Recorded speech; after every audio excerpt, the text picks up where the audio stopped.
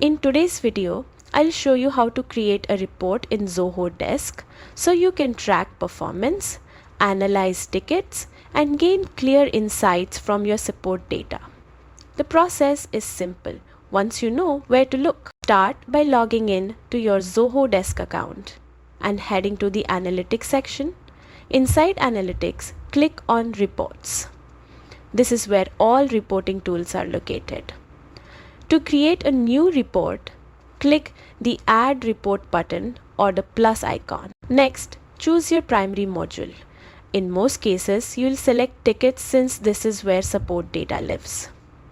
If you want deeper insights, you can also include related modules like contacts. Now select a report type. A tabular report is best for simple lists.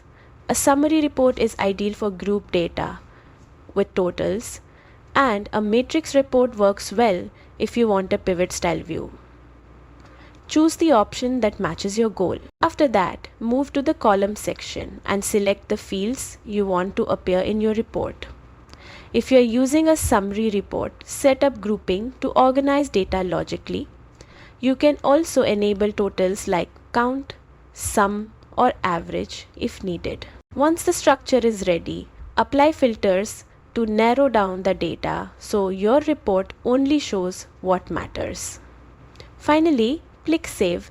Give your report a clear name, choose where it should be stored, and set visibility for yourself, your team, or specific agents. That's it. You've successfully created a report in Zoho Desk, giving you actionable insights to improve support performance and decision making.